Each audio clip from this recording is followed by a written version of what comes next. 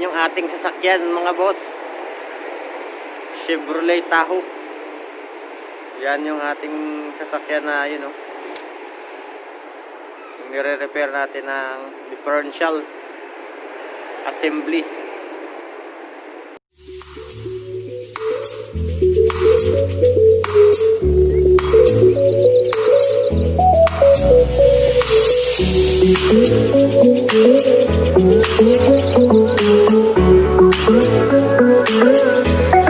Ayan mga boss, yung ating Chevrolet Tahoe na differential housing ngayon sa ilalim. Binuksan yan kasi tinanggal natin itong itong differential assembly nya. Ito yan binuksan. Ngayon hindi ko na videohan, pinadala na sa machine shop yung pinion gear na, yung shop, yung kinakabitan mismo ng propeller natin. Ayan, which is yung nasa ilalim na yan. Kasi ang nito, complaint nito, maingay. Ngayon chinek naman lahat at nalaman na yung bearing doon sa may pinion gear shop nya worn out na. Ito yung bearing mga boss. Yung ganto doon na nakakabit, yan mapansin nyo ito masyado ng yung clearance nito. Pagka ganyan maluwag na yan, kaya ang tendency niya yan pagka umaingay ay umandar, may ingay kayong kasi yung clearance niya wala na sa specs. Yan yung differential assembly. Ngayon pagdating mamaya nung pinion gear, kasi pinapress yun sa machine shop para matanggal ito, mapapalitan ng bago. Ito yung kanyang axle. Yan. Dito yan nakapasok. Yan yung nagpapaikot sa gulong natin. Ngayon hinugot yun, hugutin yun para matanggal ito, kasi dito yun sa loob, nakapasok dito sa loob. Dito naman nakakabit yung yung propeller natin na nandoon yun yung parang aluminum na yan na mahaba. Dito yun nakakabit, which is ito yung dugtong doon sa may yung nakakapit doon sa may shafting natin. Yung mamaya ipapakita ko rin sa inyo. Yan. Ito naman yung housing ng ito yung spacer, spacer ito natawag. Tapos ito yung housing ng bearing. Yan. Ito naman yung kanyang cap, bearing cap. Yan. Kita nyo yung yung grasa. Yan. Ito yan mga boss, bearing natin. Yan mga boss, ito naman yung kanyang differential cover. Yan. Yan parang palanggana na maliit. Ayan yung kanyang yung level pagka gusto nyo yung i-check yung kanyang langis. Ganyan yan. Ito yung level. Kung i-check nyo yung langis nya, bubuksan nyo yan para makita nyo kung may langis. Ayan yung nakatakip doon sa ilalim na yun yung tinatawag na bungo. Pag nasa Pilipinas ka, tinatawag yan bungo. Paano masabi? Ito naman yung kanyang gasket. Yan.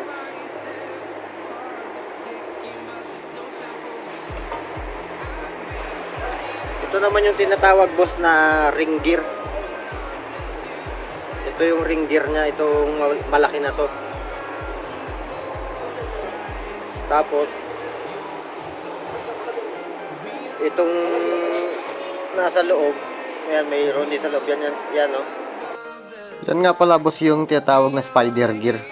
Yung tinuturo ko na yan. Ipit. Ito yung pinakamalaki, ring gear yung tawag yan. Tapos ito yung bearing. Magkabilaan yan. Kasi dalawa yung ating axle, kaya dalawa din yung ating bearing.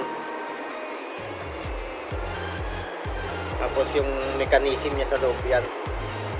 Yung mga lock.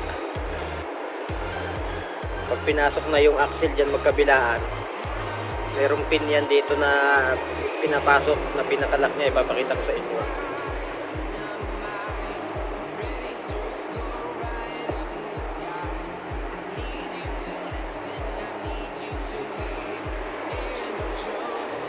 Tinago yata yung pinaka-pin niya. Meron yung pinaka-pin dito eh. Yun yung naglalak sa dalawang axle natin. Tapos may maliit na bolt. Yun yung pinaka-lock nila para hindi sila mahugot. Ito naman yung tinatawag na brake shoe mga boss. Ayan. Brake shoe yan. Tapos ito yung kanyang caliper.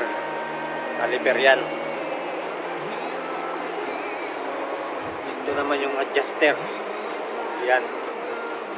Ito adjuster nya.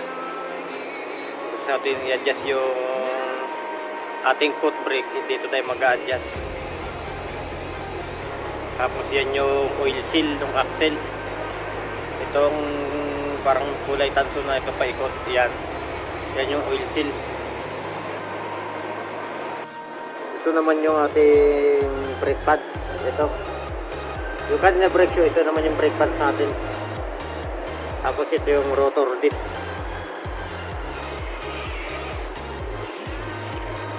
Yan yung ating ano.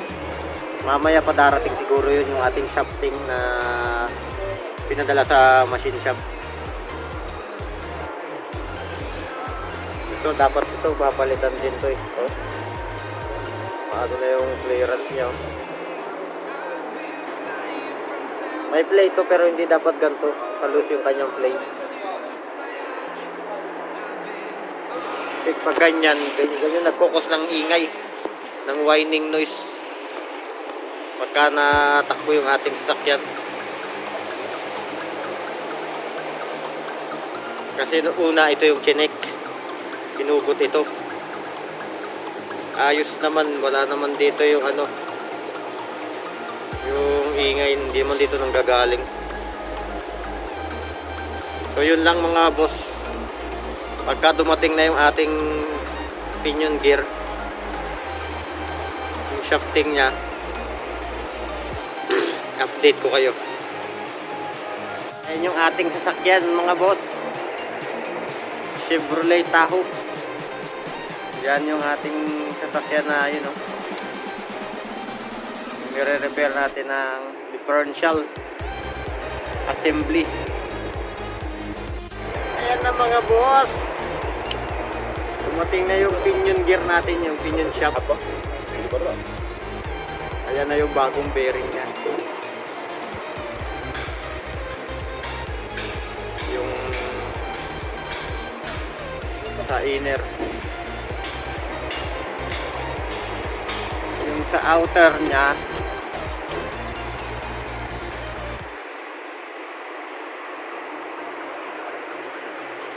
Testing muna natin kung fit ba yung ano sa inner. Yan.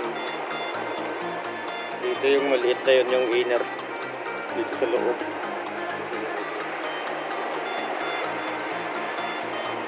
Dito yun sa loob.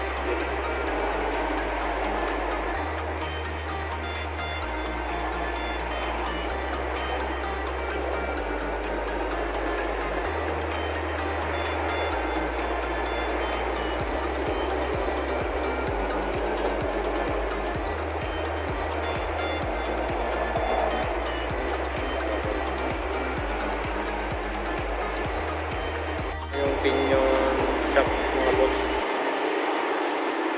Ang lagay na ito na yung pinion gear nya, tinatawag. Yung differential housing. Ito na yung ano, yung pinion shop tinatawag. Tapos ito yung bearing yung nasa loob. Ayun naman yung ano, differential assembly. Linisan muna natin bago ikabit.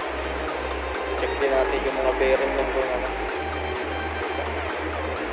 ayos pa. Ito pala yung pinakalock ng spider gear mga boss. Yung kahapon dapat na ipapakita ko sa inyo yung sinasabi kong pin. Ito yun. Yung spider gear yan. Yun yung ilulusot dito. Ngayon ay kabit na natin yung differential assembly. Itutorque na lang natin itong 4 na bolt. Lalagay ko na lang mamaya yung ano niya, torque specs. Ayan mga boss, nalagay na natin yung isang axle. Yung isang axle na ilagay ko na pati yung isa doon sa kabila. Lalagay mo natin itong pin niya bago ilalagay yung rotor disc doon tsaka yung ano. Brake rotor. Ito yung lock lock mga boss ng pin yan. Yan yung nakalock dyan. Para hindi siya mahugot doon. Nailagay na natin yung kanyang lock na pin, pati yung dalawang axle. Ngayon ilalagay na natin yung cover dito tsaka yung ano, gasket. Nalagay na natin yung axle nya, yung ano na lang cover, yung differential assembly natin na yun. Tapos naikabit na natin yung differential cover. Naigpitan na. Power dyan ha? Ha? Tahan. Ay kalas. Ay kalas. Ay. Double check natin kung maigpit na ba lahat para hindi siya magkaka-leakage. Bago natin lalagyan ng langis.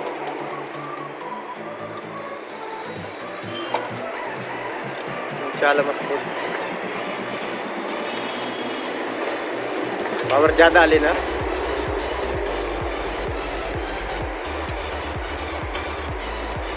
Nakabit na din natin yung propeller mga boss. Ito yung propeller.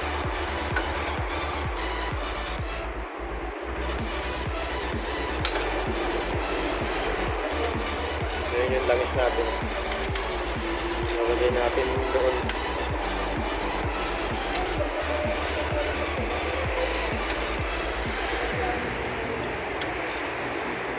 Double check natin yung maigpit na lahat.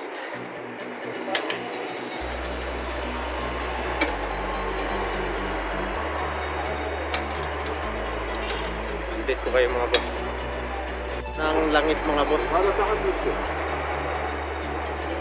Kasama yung ano, limited slip differential additive, tapos differential oil.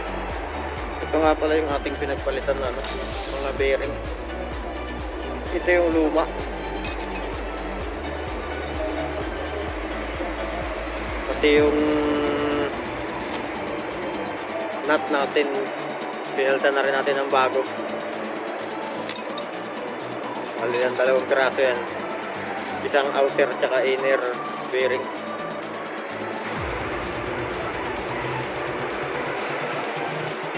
Yaji bro! Kulang ng isa. Tapos na testing na. Wala na yung ingay niya, yung whining noise niya doon sa differential. Ngayon na kakabit na, ipitan na lang yung nut ng ano, sa pinion shop, yung sa cross joint na lock niya. Kakabit na lang yan, din ayos na, tapos na. Ipitan na lahat ng ano, mga bolt sa ilalim.